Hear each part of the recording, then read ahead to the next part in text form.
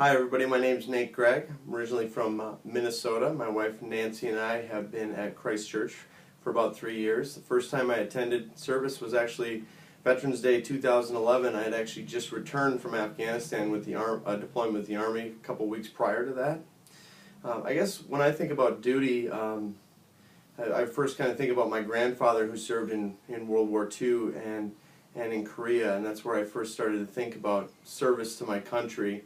Right out of high school, I kind of had this calling to do something a little bit bigger than myself and not go to school right away like all my friends were doing.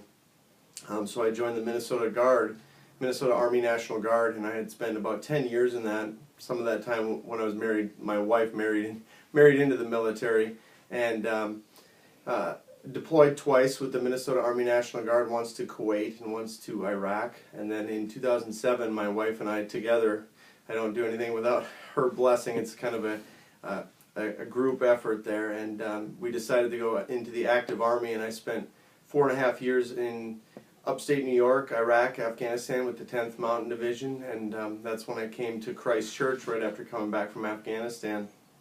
I think how it impacts my faith and going into service there with Pastor Dave, we went to Moore, Oklahoma. That's kind of where I felt this other calling to serve the Lord in a way similar to serving my nation, and it's this feeling of being part of something bigger. And I'm always looking for what's the bigger picture and how to serve the Lord. And it was such a wonderful experience serving my nation and serving the Lord in Moore and other parts of the church.